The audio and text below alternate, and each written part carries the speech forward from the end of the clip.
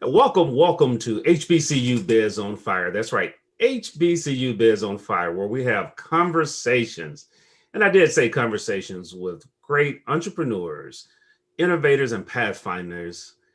And yes, they do graduate from HBCUs. Just like we said. And so it's not a coincidence that that happens because HBCUs produce great people. I mean, truly, truly great people. And today is my honor and pleasure to speak to one of those. That's Dr. Faye Wilson.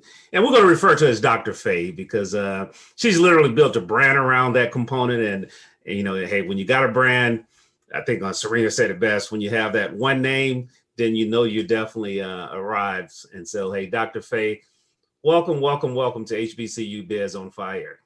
Well, thank you so much, Howard. It's such a blessing to be here with you today. And thank you for the invitation. Well, you made it easy because one of the things as we, begin to launch HBCU Biz on Fire brand as a whole, and HBCU Biz as a whole, we were seeking out difference makers from HBCUs. We were looking at individuals that I said they're too much of an unknown secret. People don't fully know, but they have done a lot of good things. And we were hoping to help them do gooder. Yes, I know I'm supposed to say something different, but down south, we do that sometimes just for impact. And so that's why. So let's get right into this conversation. Yeah. Go back to that first day on UAPB's campus down in Pine Bluff, Arkansas. Woo-hoo! This little 18 or 17-year-old girl coming on this campus with all these people. Yeah. Straight up country from the backwoods, and a large family. And when it was time for my parents to get rid of one more, they were glad to do so. I think my mom loaded every stitch of clothing I had in my dad's truck. It's time to get rid of another one, and headed off to UAPB. Thankfully, they didn't have to fork out a lot of cash because I was accepted on an academic all expense Lawrence A. Davis academic scholarship. And so that was a blessing. But when I arrived, it was a different world, because here I came from a place where literally everybody knew each other. Yeah. I mean, literally, we knew each other. We knew each other's mamas, daddies, sisters, brothers. We knew what you did last summer. We knew if it was you that crossed the yard. We just knew it. But I walked into an environment where nobody knew me. And I didn't know anybody else. So it was really scary. Go ahead. You say that, and people often talk about HBCUs don't have diversity, and but it actually is a diverse environment. I mean, we all look similar, a lot of us, and but the diversity and experiences, because you're in Pine Bluff, Arkansas. A lot of folks from Chicago, St. Louis, so big city people. Here you are. I mean, the town you were in, did you have one or two traffic lights? Hi, we didn't have a traffic light. Okay, until after I left. What do you mean, one traffic light? There was no such thing. So they got a traffic light like years after I had already left. But it was a great upbringing. It was a place of safety. It was a place of security. It was a place of comfort, because you did know everyone. So we didn't have that fear of, and still today, I mean, it's changed, but still not that fear that most people would have in the metro areas. But going to Pine Bluff, it wasn't that far away. I did have a couple of older siblings that lived in Pine Bluff. And so that put kind of a nest around me that, okay, everything is going to be okay. And my roommate, as it happens in those days, the university itself they were screening your roommates before you, and they would put like-kind people together. That doesn't happen anymore. But gosh, that is unique. They were using the disc profile and background to hopefully improve on the success of roommates getting along. Yeah, absolutely. And that was perfect because my roommate and I are friends today. Wow. And we were from generally the same area. You know, she was just 20 miles away, and it worked out. She didn't have a car. I didn't have a car. But then eventually a friend of mine from my hometown came to school. And so he had a car, and we were grateful for that because transportation was vital. But what I found out in attending UAPB, the mixture that you described, the diversity is maybe not in ethnicity, but certainly in backgrounds, certainly in thinking, certainly in a way of seeing life, in the way our lives were framed differently. And I was able to connect with other young girls who had come from different backgrounds and learned so much from them, and begin to build and develop those relationships during that time, especially in the freshman year, because everybody needs a friend in that freshman year, and to avoid some of the trappings that a lot of people fell into because us country girls stuck together.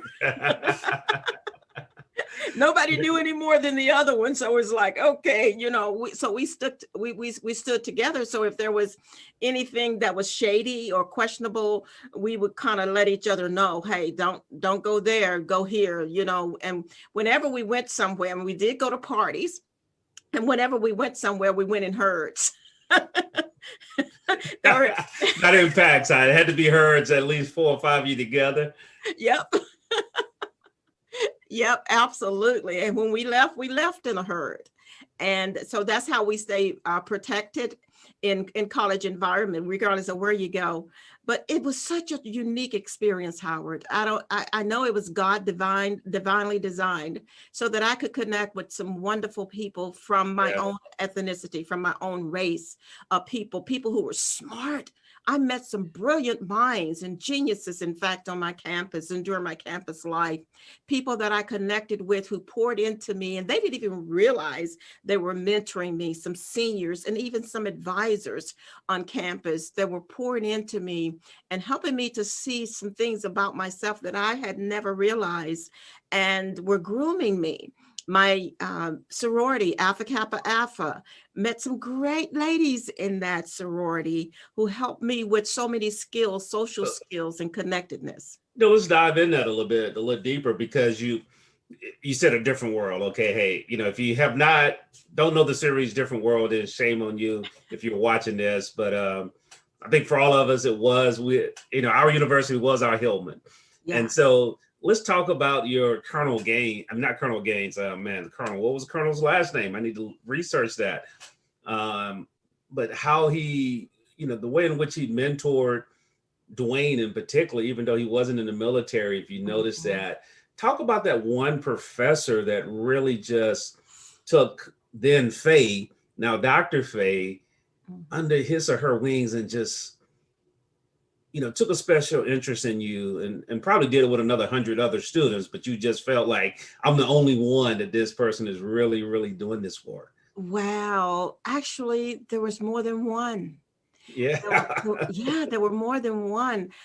Professor Hines, my journalism teacher, professor, who pulled me aside and said, Miss Wilson, and she told me how great my stories were. First time writing, really writing like for a classroom project that would mean something in life, the different types of writing styles, and whatever she put out there, I produced. And her majors were not excelling in the area. And she's go, my God, you're doing so great. You should really consider journalism. But look what I'm doing today, right? And so we always say your purpose always knock on you, and our calls, and we don't answer because we don't recognize the caller ID. Back then, there was no such thing as caller ID, but a few years ago. But now we don't do that. But you were saying she really poured into you and helped you develop that skill set, even though you didn't major in journalism. Absolutely, she did. And another professor, Connolly, Pat Connolly, she just saw so much in me, and she actually took me under her wing and mentored me. She mentored me about poise and dress and etiquette, and she was developing me personally. And she told me that, she said, I can see you going far. And I would go over to her place, and then she talked to me, and Oh, it was amazing. And she actually became my advisor or my chaperone when I was Miss UAPB. And then there was So hold up, let's stop there. Now you see you went through that too quick. She didn't happen to become your chaperone. She actually groomed you to be Miss UAPB, probably. yeah, absolutely. She coached me. Coach That's you. what I would use it today. You didn't realize you were getting coached at the time. Yeah, I was being coached into becoming that person that I needed to be for that role down the road later on in life. And so that was amazing. These are people who are with me now. You know what I mean? They're not with me physically now, but they are with me in my heart, the things that they poured into me. And then there was my anatomy and physiology professor who I was not a pre-med major, but I wanted to take anatomy and physiology. And in that course, he said to me, he said, you should be majoring in medicine. You see, so every time I took something, the chair of that department would say, you should be over here, or you should be over there. And one of the things I've learned, I said, okay, God gives us so many gifts and talents. We really do have to sit down and see which one he wants us to use at what time in our lives, because at some point, all of them can be used. At some point, but not, we've been trained socially and culturally to believe that you could go and lock into one job 20, 30, 40 years down the road. That's the reason my dad wanted me to become a public school teacher. Nothing wrong with that, but I wasn't feeling that at the time. And ultimately, I did teach and was a special education liaison and did all those things in a metro school district. But there are so many ways to do that. You know, you said that, and I had similar story. I think I shared with you before we got on. I call it the brown couch moment with mom. And ironically, immediately after that, the semester I got ready to graduate, the lady who was bachelor's of AK said, Howard, do you want to go down to Jamaica and teach this semester? And, you know, I got a job offer, man. Why am I going to go to Jamaica and teach? Hindsight, I'm like, spring break in Jamaica at 22, that could have been fun. Who knows? Yeah. And just several other times. But then, you know, fast forward, and what I do and spend time doing over the last 5 years has really been teaching. And so there are a lot of ways, as you were saying, use those talents and gifts from that standpoint. Absolutely. I think what college does, and particularly at UAPB, what it did for me is to prepare me for life. And that experience, I mean, regardless of what it costs to go to school, is priceless. Well, let's dive deeper into that, because I think I don't want to miss this. And there's some student out there or some parent, you know, sitting and their son or daughter is about to go to college, is that you have to get engaged and get active. It's a great place to explore your, you know, because there was some, you know, I'll go back to a different world analogy. There was some Jaleesa that mentored you, some senior that you saw that said, okay, yeah, I really want to be an AKA now. I see, you know, there are 2 or 3 folks, I see their heart. But talk about having to get the most out of colleges, to get engaged. When you look back at it, what that meant for you, because I know you went to Ebony magazine, had an opportunity to be in that, which just national and possibly international notoriety, even when you were in college. Yeah, that was a big deal. And that was my first time ever on television. And of course, the world stopped to watch me. My little country town, everybody tune in at 12 o'clock. I'm on channel 11. So hey Charles, Faye gonna be on TV. What channel that on? Yeah, come on down.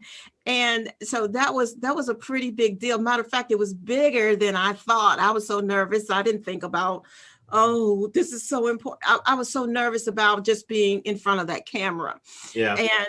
But what I found out, being involved, being engaged, I thought, if I'm going to be here, I'm going to be all the way here.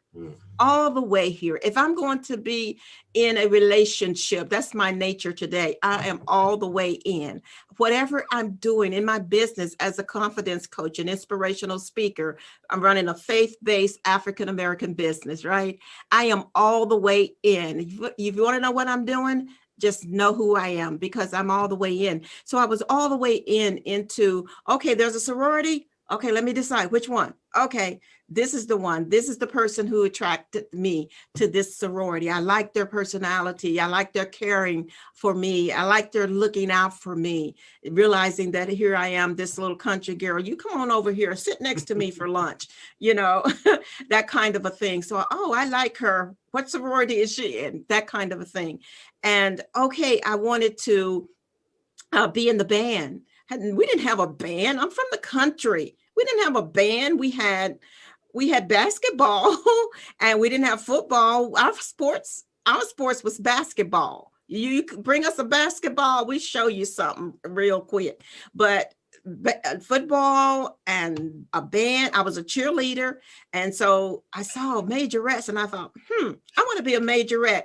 Didn't own a baton, didn't know how to do a baton, but I got me a baton and I tried out, and guess who became a majorette? Wow. And still today, I know how to twirl a baton. Self-taught. I look like a pro. They say, oh, you've been a majorette before? No. And what folks don't realize is, I talk to a lot of students, I have a retail store right by Southern's campus. Mm-hmm. And so, I have students working for me most semesters. Unfortunately, it's, COVID didn't allow it this year. But when I think about it is, I challenge them to get engaged, get involved and enjoy the moment versus focusing on trying to just graduate. Yes, you need to keep advancing. Yes, you need to get out your parents' pocket eventually, but really enjoy the full experience of college. That's the thing I think a lot of students want to rush through now and be grown. Yeah, well, the connectedness allows you to explore who you really are and what you really want to do with your life, because there's the path to success is knowing who you be. And when you know who you are, then you can do what you were born to do and have the things that you were born to have. We go to college because our parents have taught us you get a good education, you get a job, and you can take care of yourself, right? Right. But that doesn't turn out that way. The real world, it doesn't always turn out that way. So there has to be strategic planning and alliance with people and with other institutions and with dreams and visions that you've had on the inside of your heart, the thing that you really want to be, and to focus in on that. Many students become discouraged, Howard, when they begin to major in something that someone else told them to major in, and they get so deep into it that they feel like a failure if they pull out of it and change their major. So then they drift off or maybe drop out or decide that it's not for them, when in reality, school may still be for them, but that major is not for them. And it's okay to change majors. I had a nephew who changed majors like in the third year, and he had to go another 2 years. But listen, he was voted one of the top for under 40s, anyway, the younger group of up and coming millionaires. And he was voted that because he decided to follow his heart and not the path. My dad wanted me to teach public school. I chose not to do that, but I minored in child development. I wanted to be, actually, I didn't want to be that. To be a dietitian is what was placed in front of me because of the scholarship that was available. So I was encouraged by my school counselor, well, why don't you go ahead and apply for it? If you get it, at least your first year of school is paid for, and then you can leave there and go on over to Fayetteville, which is what I had planned to do. But when I got there, all of that just went away. And I decided I would go ahead and do that. And I did that. I became a dietitian. I worked for institutions and did well in that area. But there was still this longing that there was more. And that more is your calling. That more is your purpose. That more is your destiny. And we're going to take a short break right here. And that's where you just bridged me right into the second half of the show. And we're going to talk more about that calling, that more. I love the way you phrase that more. And so we're going to be coming right back to HBCU Biz on Fire after a short break from a couple of our sponsors and have some more conversation with Dr. Faye. Hey, welcome back to HBCU Biz on Fire, where we're having a sizzling conversation right now with Dr. Faye. I mean, I'm learning so much about this former Miss UAPB, Miss Alpha Kappa Alpha sorority, my soror sister, Divine Nine sister. So we're excited about it. But, let's pick up, Dr. Faye, right where we left off at, talking about the importance of following your calling, understanding and hearing your calling. I said oftentimes it calls us, but because as everybody does, they look at that call ID, I don't know who that is, and don't answer. And how do you help people step through that? Yeah. I know you didn't do it at first because you said there were areas that you worked in that just wasn't truly fulfilling, but let's talk about that process a little bit and how it is a process. Absolutely is a process, because I believe in every one of us is that drive, that desire, that mustard seed faith that wants to grow up and become a harvest, because seed is not called to be a seed. A seed is called to be a harvest. It is at the beginning stages that many of us kind of lose our focus because we don't know the purpose of the thing that's on the inside of us. When we were small children, we had dreams, we had visions, we had imaginations. And somewhere along the path, Howard, life begins to throw us some curveballs, and we begin to lose those dreams, those visions, those imaginations, because somebody said, go to work and get a job. But they didn't say, hey, your dream, your imagination can be your job. Yeah, exactly. Your imagination could be your work. They never said that, did they? No, because you can't. No, neither was I, because you can't give away what you don't possess. Our parents, our educators, our mentors, they gave us what they had, and we honor them for that, and we respect them for that. But that was not the end of it. That was just what they had, and it was good for them, but it wasn't all that we were. So there comes a moment in our lives that there's a little nudge on the inside of us. I call it the hunger effect, that we've got to be hungry. And that hunger is saying more, more, more. You ever was so hungry for a meal and then you just got some carrots? It's like, more, give me more. And so a degree could be the carrot, but it's not the buffet. It's not the rest of our lives. And then even deeper when you talk about that, I like the way you put that analogy, because when you get a taste of your purpose, you want more, even though you're full. Yeah. It's like a great dish, when that dessert comes from auntie, whoever it is in your family, that just has this one dish. She don't make it all the time, but when she gets it, even though you're full, woo! Like, can I take some home with me, auntie? Get me out. But how do you help, because that's one of the things is, how do you grow through this as I may be a business owner starting out and feel this is my business, or I may be in a career or working with someone, but I know I wasn't destined to do this. Yeah. How do I take that step? Because, oftentimes it's not a giant leap, and it might be, but how do I take that and grow that to where it feeds and it becomes from good to gooder to better to best? From good to great. One of the things that I've learned in life, Howard, is that I knew I couldn't do alone. Yeah. I knew that I needed a network of people, but more than that, I needed a coach. And I didn't know that I needed a coach until I really needed a coach, that I had gone as far as I could go. I had taken my path as far as I could go, even with prayer and Bible study and all of these things that I do as a woman of faith, that I still was hitting walls. And many times there's so much ego that it gets in the place of our destiny and our purpose. We don't want to reach for help. We don't want to tell somebody, hey, I'm hurting, I've fallen, help me up. And I got to the place that I didn't care anymore. It was either choose your ego or choose your destiny. And Yeah, I chose share my that story destiny. a little bit, because I truly believe that will bless someone. I'm not familiar with it, but just share that whole piece of Yeah, how did yeah. you get there, and how did you recognize that, hey, at this moment, I know I need help. I wasn't making any money.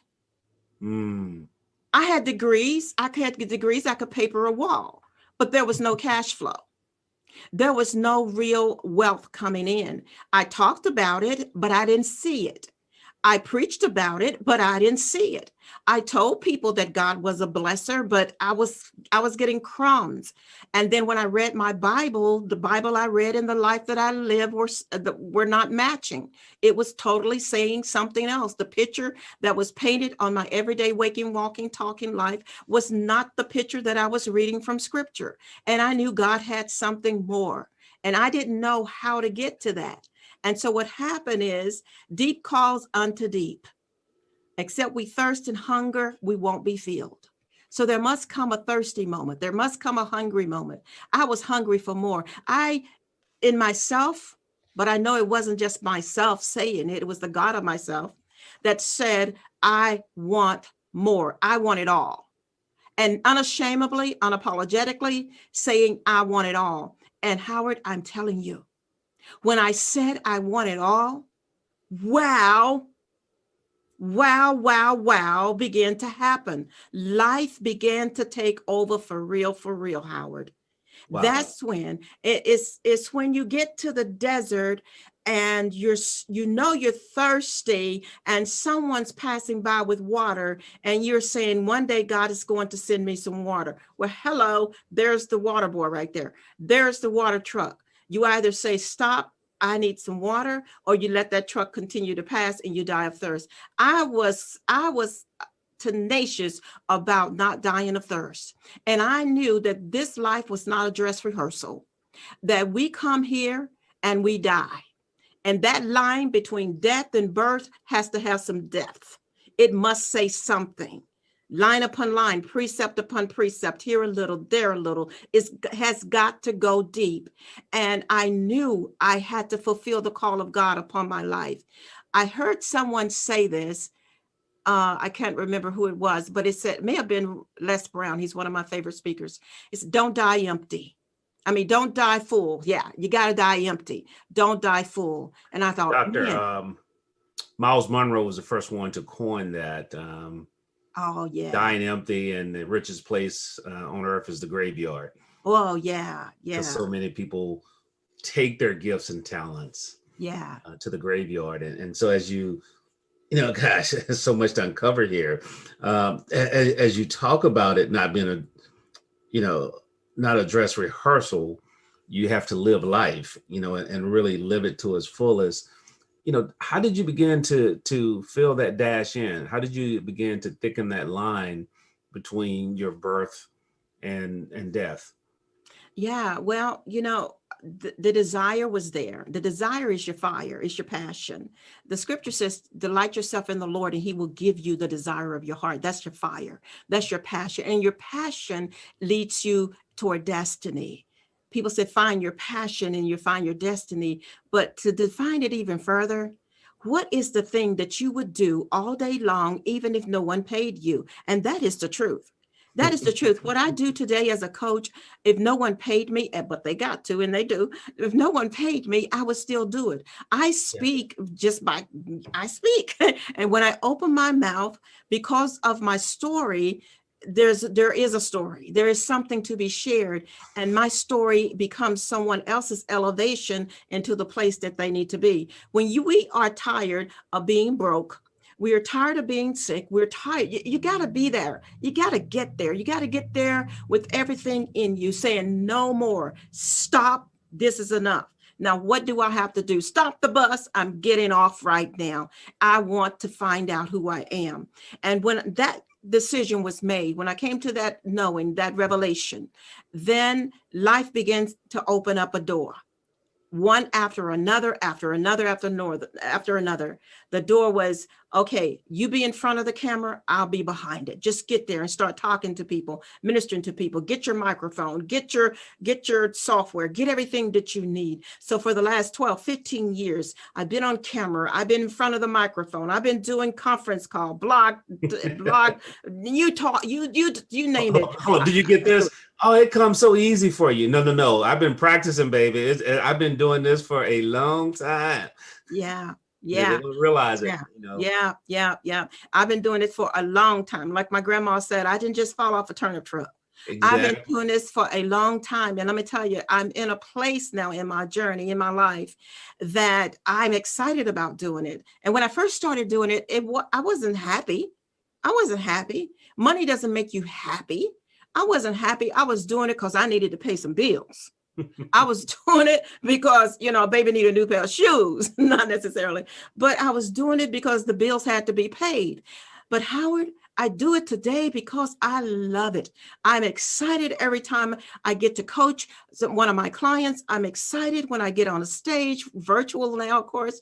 I'm excited when I get to share with people like you, brilliant people who have amazing ideas and creative ideas and come forth to share their platforms with me. I'm so honored and privileged that for this today, because that line between birth and death is your legacy.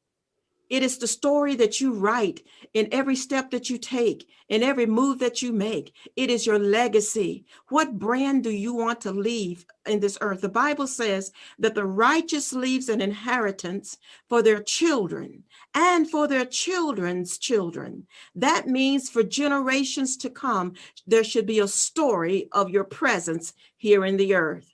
There should never be born, died, and forgotten. There should be something left with your name on it that says you took control. And Howard, if I may, I want to share this one quick story. No, please do, because that's something. I mean, this area is, I could go all night with this because this is so important. I mean, it's truly, we all are born and we all die. It's what happened in between is what makes the difference. Yeah, that's where the soup is made. That's where the soup is made. All the ingredients of life go in the pot. And my mama put everything in the pot. And the more that was in that pot, the better the soup was. So we're a little further south than you. We call it a good gumbo. You don't know. Everybody got a different recipe, but it's all good. Yeah. And that's the stuff that life is made of. Is all the leftover stuff. Did your mama do that? All the leftover stuff went in the pot. So that was Thursdays. That was Thursday meals normally. Because it had Sunday leftover, then Monday was and Friday was fish if you grew up in the South. So therefore, it literally Thursday was that true mixture cooked somewhere, either a stew or a soup. Mm-hmm, mm-hmm. No, please, if you would share that story. That really because it was two things I gather. One is you got to have a thirst or you got to have a pain. But my thing is in your story, as you go through this, help people realize you don't have to wait till the pain is a cancer in your life to change your life. See, that's the reason you're doing this show. One of the reasons you're doing this show is to show people that you don't have to wait, because other people have already paved the way. There are some people that with the pioneering anointing, the apostolic anointing, when there's no road in the desert, they make one. When there's no road through the forest, they go down there and they cut down the trees so that the people who come behind them don't have to cut down the trees. Their story leaves the path. So my story, your story, Howard, is leaving the pathway for others to follow. The younger generations, those of you who are in your 20 teens that are coming through college now or considering going through college. And as I mentioned earlier, Howard, is that I had mentors in school. I had coaches in school. Well, I have coaches now. I have 5 coaches in my life. So why do you have so many? Because each of them bring a level of value to me.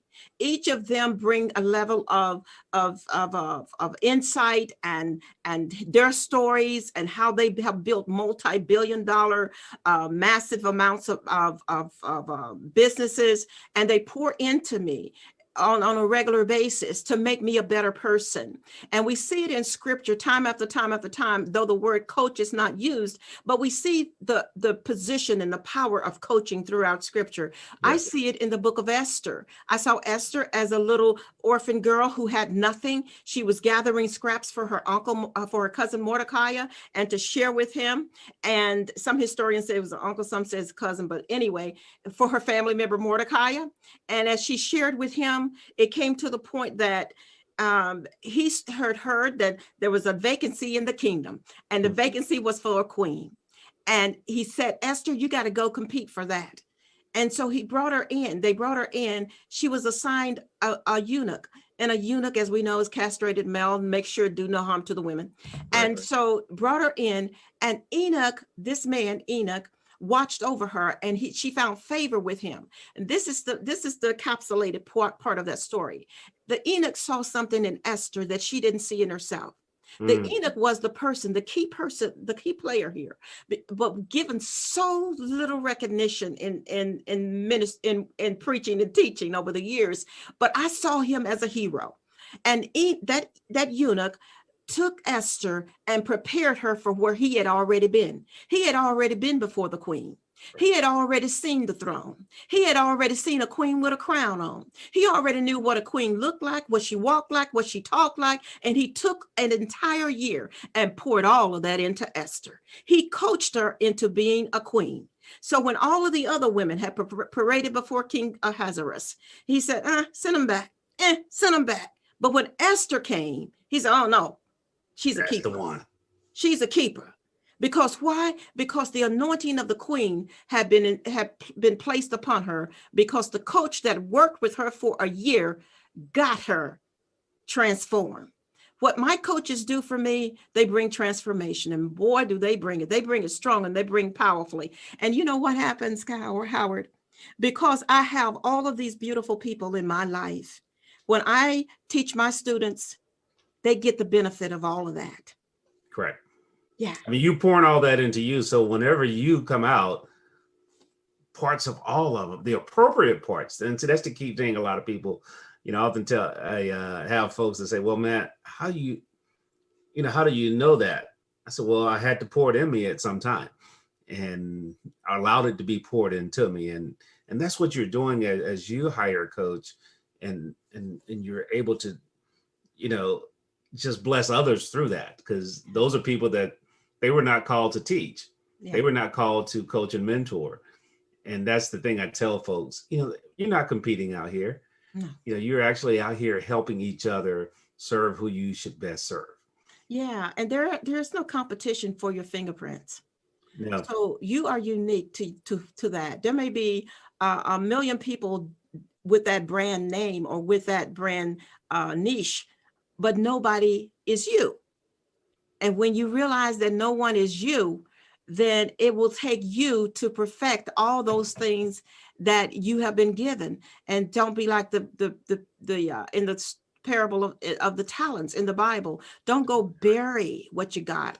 Don't push it aside. How much talent, as you said, Dr. Monroe stated, all that talent, all that gift. I would like to see the generations to come, Howard. I would like to see every African-American woman and every African-American young man be groomed for greatness from the gate. Yeah. I really, the thing about that, and, hopefully, as you're listening, is in order to be groomed, sometimes you have to be pruned. Okay. Mm-hmm. And, there are things that's a hard word, though. Hey, sometimes stuff got to be cut out of you. Some things got to be cut off from you, it's not the pain that you may think it is in the physical sense, but that's what great coaches do. They'll sit there and say, okay, this is one thing that if you're going to succeed in this area, you got to stop doing, or you need to add. And see, pruning is not just about cutting. It's also about adding certain things to get what is best for you. And that's something that's real powerful. as we shared through this here, I want to really touch on what you're doing now, because there's some great things, some dynamic things, and as it relates to faith-based TV network, um, and just in this whole space, because it's so easy now, but it's also so hard to get seen. It's so, because there's so much more out there than back in the days when we grew up and you had, 3 channels in PBS. And 3 channels in the fog. Yes. And it went off at midnight and came on at 5 or 6 with that playing of the national anthem. So those were different times in media. But no, share about what you're doing, beyond the coaching, because there's some other things. You're not just a one-dimensional lady. Yeah, well, along with confidence coaching, which I love to do with my clients, I'm also an inspirational speaker. I also host several television shows and radio shows, as well as podcasting. I am also building out a faith-based television network using all smart television technology, something that I started a couple of years ago. I've been working with some developers and has been building out so that we can be on Roku, Amazon, and Apple, along with some other smart television apps that are coming to the platform. And so I'm really excited about that piece, as well as I have a new book that's coming out, and I'm excited about that. Whoa. So you don't just say the new book coming out and don't tell us the title, when is it expected to be out? Come on now, you just can't do that. Well, just the new book coming out. Yeah. Well, the book is called Our Father's DNA, It Is Finished, and it takes the new birth experience and really show people how we have really been called to be the children of God and the power that we have being his sons and daughters in the earth. And so that should be rolling out somewhere in May. It's in the final editing stages. Okay. So I'm giving it a projected date of May of this year. And I'm also teaching virtual events every month. Hey, we want to joke about that, but seriously, just in time for Father's Day, you can get Our Father's DNA. Wow, I didn't even think about that, but you know what? You just gave me something, brother. You just gave me something. I'm going to use that. Please do. Please do. It's for you. Yeah, that is great. But every month I host virtual events for students and for up and coming students who want to be a part of a coaching program. And we engage them on the 2-day virtual event, have to help them to discover how to monetize the stuff they already know. And Howard, there are so many college students and high school students who know some stuff that they can use now. We mentioned about in this marketplace of technology and advanced technology, my teenage nieces and nephews, they know some stuff. And there are some people that I'm working with, 16-year-old, 14-year-olds who are already monetizing the stuff that they know, whether it's on YouTube, whether it's on Facebook, that there's an opportunity for them. And they can receive that coaching during these times of doing this virtual event. So by the time this airs, there will be another one that's being hosted, and they'll be able to go to a website and that I'll share with you later to connect with that. And the thing I want you to, as you're listening here, is everything evolves around those gifts and talents and living on purpose. And I often use, I'm an acronym junkie, as you get to know me, Dr. Faye, and I use an acronym called PATH, P-A-T-H, Purpose Aligned Towards Heaven. And, purpose aligned towards helping. Mm-hmm. And so literally you're on path when you're aligned towards heaven and helping. Mm-hmm. And so asking that question, who do I serve? So who do you best serve? Who's that person that, you already said you just love doing it all the time. So, but now who's that person that you best help? Well, I do know my target audience, and that is ages 18 to 64 plus. And predominantly they're women, about 64% women, and the other are men. And so I am reaching a wide market of people with this message of monetizing your stuff. That's the focus, monetizing the stuff you know. And everybody knows some stuff. Everybody knows some stuff. Yeah, of course. Sometimes you don't even know. You don't even think your stuff is important enough for people to pay you for it. But believe you me, somebody thought that about Henry Ford and the Wright brothers and on and on and on. But you know some stuff. and that's the thing about your stuff is different than someone else's. And so having someone to help you really identify it, refine it, and then position it. You know, so those are three things that got to happen. You know, first you got to know what it is. Secondly, you got to really organize it, put it together, and say, okay, yes, now. And then you got to position it out there in the marketplace. And so having someone like Dr. Faye to help you with this, and I love the way in which you said that 2-day workshop or that 2-day event really gives people time to go through and peel the onion, as one of my mentors used to say.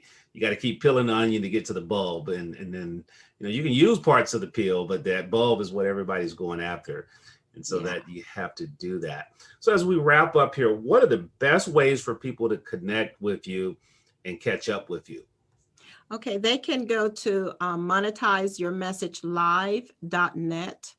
That's monetizeyourmessagelive.net. And they can also just shoot me an email at support@drfaye.com. Support@drfaye.com. So Dr. Faye, as we get ready to close out, I like to always ask this question here inside of HBCUbiz on Fire. A couple questions. One, hey, you're talking to a graduating senior at the University of Arkansas Pine Bluff, located in Pine Bluff, Arkansas. What would you say to that student? You had a few minutes with them, it may be 30, whatever it is, but what would you say to them?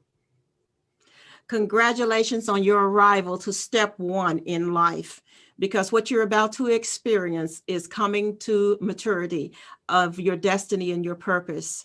And I want you to take a pause after graduation and think about what you've been thinking about, because the last 4 years or whatever number of years it took you to get to this place has been like a whirlwind, and you've absorbed a lot of information, you've gotten the education, but I'm going to introduce you to a life of transformation where you will become the person you were born to be. And if no one ever told you this before, I'm telling you this today, that you are great, you are brilliant, you are a genius, and you have arrived to this point because destiny is calling. And I want you to listen and listen closely. And in this marketplace where you hear the word closing all around and you're scared and you feel anxious a little bit about what's going to happen to you with all of the businesses that have closed and the church doors that have closed, I want you to hear me, and hear me with 2 good ears, that opportunity is knocking. You be there and you open the door. Wow, let me just put a button on that. Boop. There we go. It's wow. Hey, I got to go back and peel this, because that is a message not only for you as that graduating senior, but you, that person that's at a crossroad. You're at that next step, that critical step. And as Dr. King says it best, you don't have to see the whole staircase in order to climb, and just take that next step, but take that step with support. And you can reach out to Dr. Faye at support@drfaye.com.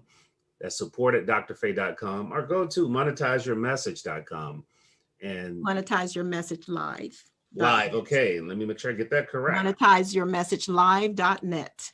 .net.